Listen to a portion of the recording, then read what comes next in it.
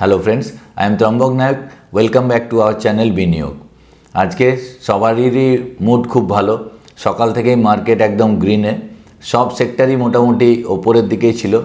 যেটা মেন খবর, ডোনাল্ড ট্রাম্পের সঙ্গে রাত্রিবেলায় আমাদের প্রাইম মিনিস্টার নরেন্দ্র মোদীর ফোনে কথাবার্তা, তাতে ইউএসের সঙ্গে ট্রেড ডিল অলরেডি ফাইনাল হতে চলেছে এবং ট্যারিফ অনেকটাই কমছে, প্রায় 18%-এর কাছে ট্যারিফ, যেটা 50% প্রথমে ছিল, তারপর 25%, তারপরে 18%।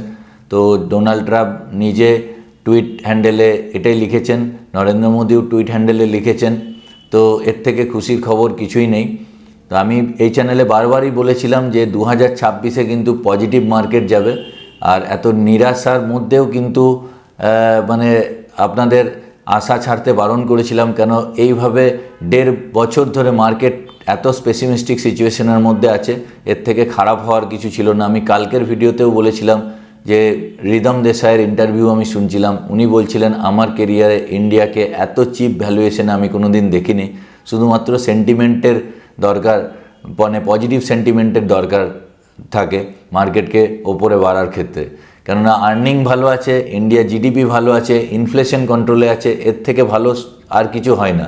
উনি যেটা উদাহরণ দিচ্ছিলেন যে সকালবেলায় উঠে যদি আপনার শরীর খারাপ থাকে, মানে আপনি যদি ব্যাড ফিল করেন, তো পকেটে যদি আপনার যতই টাকা থাকুক, কিন্তু আপনি কোনো জিনিস বাই করবেন, ধরুন গাড়ি কিনবেন বা হাতে কোনো ব্রেসলেট কিনবেন বা কোনো দামি ঘড়ি কিনবেন, তো আপনার মন হবে না যে দূর থাক কালকে কিনবো বা পরের দেখা যাবে, কারণ শরীরটাই ভালো নেই।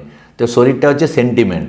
আর আপনার যদি সেন্টিমেন্ট পজিটিভ থাকে, তখন কম টাকা থাকলেও কিন্তু লোকে গিয়ে মানে পারচেস করে থ্রু ইএমআই।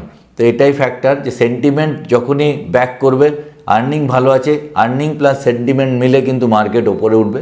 কিন্তু একটা ব্যাপার, অধিকাংশ স্টকই আমি দেখছিলাম যে রেড ক্যান্ডেল তৈরি হয়েছে। রেড ক্যান্ডেল মানে ওপরে ওপেন হয়েছে কিন্তু ক্লোজিং হয়েছে নিচে, সেই জন্য গ্রিন ক্যান্ডেল তৈরি হয়নি। তো এই জায়গায় একটু ধীরে পদক্ষেপ মানে ফেলাই ভালো, কেননা একবার মনে হচ্ছে যেন প্রফিট বুকিং ওপরে হয়ে গেল।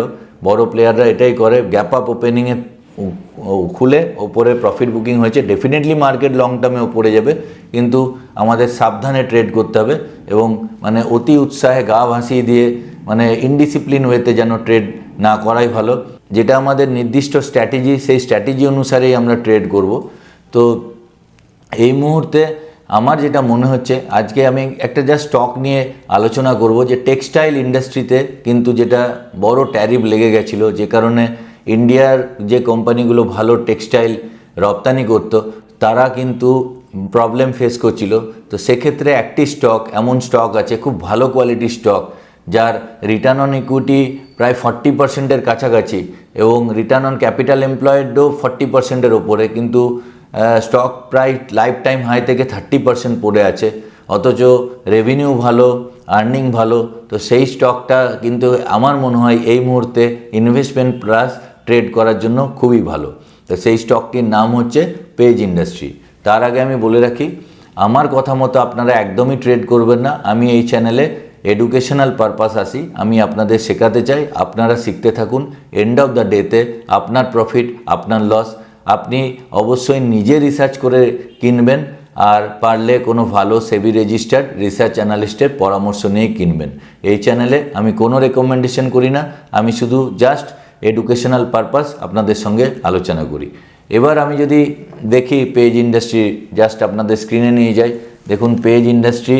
তো আমি স্ক্রিনে এলাম, তো পেজ ইন্ডাস্ট্রি ওপরের লেভেল থেকে অনেকটাই নিচে ডাউনে আছে এবং 300-ডে মুভিং অ্যাভারেজের অনেক নিচে ট্রেড করছে। দেখুন আজকে সকালবেলাতে গ্যাপ আপ ওপেনিংয়ে জাম্প করে ওপরে খুলেছে, কিন্তু রেড ক্যান্ডেলই তৈরি হয়েছে। তো আমার যেটা মনে হয়, এখানে শর্ট টার্ম টার্গেট একদম খুব তাড়াতাড়ির মধ্যে, শর্ট টার্ম টার্গেট এখানে 7%, 8%-এর গেইন খুব তাড়াতাড়ি আসা উচিত। হয়তো মানে 1 সপ্তাহ বা 2 সপ্তাহের মধ্যে আসবে। আরও যদি লঙ্গার হরাইজনে দেখেন, তাহলে এই জায়গাটায় মোটামুটি 39,235-এর কাছে 16%, 17% গেইন আসবে। এটা হয়তো মাস 6-এর মধ্যে চলে আসবে। আর তারও ওপরে যদি আপনার লম্বা হরাইজেন থাকে, তাহলে থার্ড টার্গেট আপনি নিতে পারেন 41,413 টাকা। আর তারও ওপরে যদি আর একটু লম্বা হরাইজেন আসছে, তাহলে 45,000 টাকা। আর একটু যদি ইনভেস্টমেন্ট টাইপের আপনি চান, তো এখান থেকে ইনভেস্টমেন্ট করে প্রায় 50%-এর কাছাকাছি গেইন পাবেন। আমার মনে হয় উইদিন 1 ইয়ার 51% কিন্তু গেন আসা উচিত। তো এটা একবারেই আমার নিজস্ব মত। আমি যদি পেজ ইন্ডাস্ট্রির ফান্ডামেন্টাল দেখি, তো পেজ ইন্ডাস্ট্রি 37,000 কোটি টাকার মার্কেট ক্যাপ, এবং যেটা আমি বলছিলাম return on capital employed 59%, return on equity 48%, মানে দুটোই 50%-এর কাছাকাছি। আর এর যদি নেট প্রফিটও দেখেন, এই কোয়ার্টারে নেট প্রফিট একটু ডাউন আছে 195, যেটা ট্যারিফের জন্যেই। এবারে এই নেট প্রফিট কিন্তু আস্তে আস্তে বাড়বে। আর প্রফিট অ্যান্ড লস অ্যাকাউন্টেও দেখুন যথেষ্ট ভালো, লাস্ট ট্রেলিং 12 মান্থে 764 কোটি টাকা নেট প্রফিট আছে। আর যদি শেয়ার হোল্ডিং প্যাটার্ন দেখি, তো এফআইআই এবং ডিআইআর কাছে কিন্তু প্রচুর স্টক কেনা আছে, পাবলিকের কাছে অনলি 4%-এর কাছাকাছি স্টক আছে। পাবলিক অলরেডি কিন্তু এখান থেকে বেরিয়ে গেছে। তো খুবই গুড কোয়ালিটি স্টক। তো আমরা যেটা জকির আন্ডারগার্মেন্ট ইউজ করি, তবে অ্যাকচুয়ালি পেজ ইন্ডাস্ট্রি মেনলি জকিরই পেটেন্ট কোম্পানি। তো খুবই কোয়ালিটি আন্ডারগার্মেন্টস এবং সমস্ত কিছুই ভ্যারাইটি অফ প্রোডাক্টস আছে পেজ ইন্ডাস্ট্রি। তো পেজ ইন্ডাস্ট্রি যেটা আমি বলছিলাম, দেখুন এখানে জকির, মেনলি জকিরই পেটেন্ট কোম্পানি। তো ভ্যারাইটি টাইপের মানে ইনারওয়্যার এবং প্রিমিয়াম কোয়ালিটির ইনারওয়্যার, এত ভালো কোম্পানি খুব কম আছে। তো আগামী দিনে আমার মনে হয় এখান থেকে ডেফিনেটলি একটা ভালো জাম্প করবে। তো এটা একটা খুবই ভালো স্টক আমাদের হতে পারে, সেই জন্যই আপনাদের সঙ্গে ডিসকাস করলাম। তো আমি চাই এই চ্যানেলে আপনারা শিখতে থাকুন এবং নিজে রিসার্চ করুন এবং প্রচুর অর্থ কামান, এবং আমাকেও প্রচুর ব্লেসিংস দিন, ভালোবাসা দিন এবং আশীর্বাদ করুন যেন আমিও আগামী দিনে আরও এগিয়ে যেতে পারি। তো লাস্ট ভিডিওতে একটা কোশ্চেন দেখছিলাম, সেটা নিয়ে একটু জাস্ট ডিসকাশন করে নিই।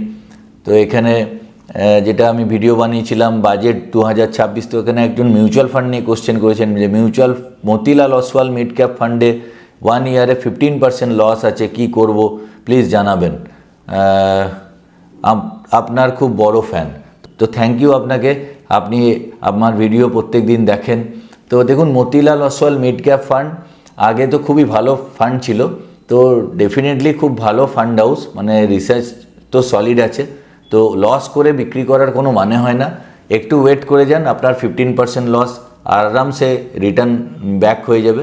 যদি আমরা দেখি এখানে মিড ক্যাপের যে 29টা ফান্ড আছে, তার মধ্যে Motilal Oswal mid cap fund এখানে লাস্ট 1 ইয়ারে 12% মতো রিটার্ন নেগেটিভ দিয়েছে, যেটা আপনি বলেছেন যে 15% মতো নেগেটিভ আছে।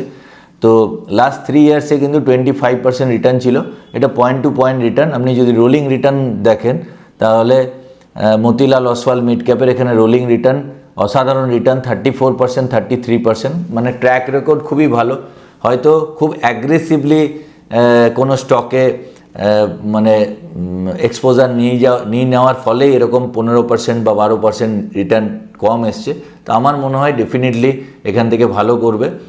তো একটু ওয়েট করে যান, 1 বছরের মধ্যে আপনার লস মেকআপ হয়ে যাবে। লস করে কখনোই বিক্রি করবেন না, এবং ইন ফিউচার যখন ইনভেস্টমেন্ট করবেন চেষ্টা করবেন কনসিস্টেন্ট ফান্ডে ইনভেস্টমেন্ট করতে, যে যত বেশি মানে আপ অ্যান্ড ডাউন হবে বা প্রিভিয়াস পারফরমেন্স দেখে কখনো ইনভেস্টমেন্ট করবেন না।